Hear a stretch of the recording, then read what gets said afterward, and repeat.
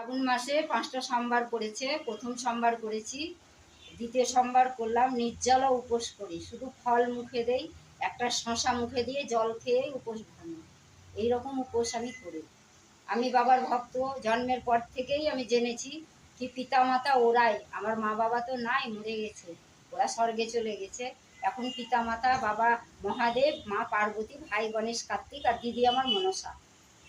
আমি খুব বিশ্বাসী, বাবা ভোলানাথের খুবই বিশ্বাসী। ও আমাকে অনেক জিনিস দিয়েছে, সুখ শান্তি ধন ঐশ্বর্য টাকা পয়সা সব দিয়েছে। ওকে পুজো করে, বাবা ভোলানাথকে পুজো করে আমি সব পেয়েছি। আমার কিছু ছিল না, আমি মাটিতে ভাত খেতাম, এখন আমাকে পিতলের থালা দিয়েছে, ক্যান্ডিস্টি সব কিছুই আমাকে দিয়েছে। ঘর বাড়ি ধন সম্পদ টাকা পয়সা ছেলা স্বামী সব দিয়েছে। এখন আমার বৌমার ছেলে হতো না, 4 বছর বিয়ে হওয়া হয়েছে, অনেক লোকে অনেক টোন কেটেছে, অনেক কথা শুনিয়েছে, কিন্তু বাবা ভোলানাথের কাছে মাথা ঠুকে মানত করেছি আমার বৌমার সন্তান হবে, গর্ভবতী, বাবা ভোলানাথই সন্তান দিচ্ছে। তাহলে বাবা ভোলানাথকে কেন বিশ্বাস করব না? পাথরের কোনো শক্তি নাই, কে বলেছে নাই? আমি চ্যালেঞ্জ করি, পাথরকে ভালোবেসে বাবা ভোলানাথকে যদি ভালোবাসা যায়, মন থেকে যদি ডাকা যায়, যমরাজ যদি মৃত নিতে আসে, সেই মৃতকে আমি যেতে দিব না। দেখি বাবা কি করে নিয়ে যায়, বিশ্বাসের কাছে সব কিছু। বাবা ভোলানাথকে আমি খুব ভালোবাসি, বাবা ভোলানাথ হচ্ছে আমার জীবন। বাবা ভোলানাথ যদি আমাকে বলে আরে তুই মরে যা, তো মরে যাবো। আমি নির্জলা উপোস করি, কিচ্ছু মুখে দেই না, সামান্য একটা শশা মুখে দেই, দিয়ে আমি জল খেয়ে আমি ব্রত ভাঙি। ঠিক আছে, ভক্তরা বিশ্বাস করে পুজো করে যাও।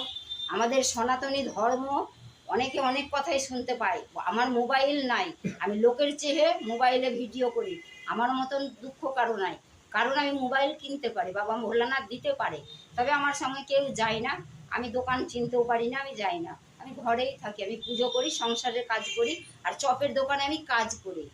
এই প্রধানমন্ত্রীকে আনার জন্যে, এই পদ্ম ফুলের জন্যে বাবা ভোলানাথের কাছে মানত করেছি কি বাবা ভোলানাথ আমার পদ্ম ফুলকে এনে দাও পৃথিবীর বুকে, আমি তোমার পুজো দিব। বাবা ভোলানাথ আমার পদ্ম ফুলকে এনেছে। এবার সামনে কালী পুজোর দিন আমার বাড়িতে বাবা ভোলানাথের পুজো হবে। আমি মমতার জন্য মানত করেছিলাম, 3বার দিয়েছিলাম, সামনে বার দেইনি মমতার পুজো। আমি মমতাকে চাই না, কিন্তু আমি চাই প্রধানমন্ত্রীকে।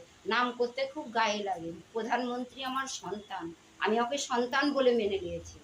আমার হৃদয় থেকে আমি খুব ভালোবেসে ফেলেছি। আমি যেমন আমার ছেলেকে ভালোবাসি, আমি প্রধানমন্ত্রীকেও ভালোবাসি, খুব ভালোবাসি। প্রধানমন্ত্রী আমাদের ভারতবর্ষের প্রধানমন্ত্রীকে আমি খুব ভালোবাসি। যদি কেউ বলে বুক চিরে দেখা, আমি তো হনুমান নাকি বুক চিরে দেখাতে পারবো কতটা ভালোবাসি। ওর জন্যে এত অত্যাচার করছে,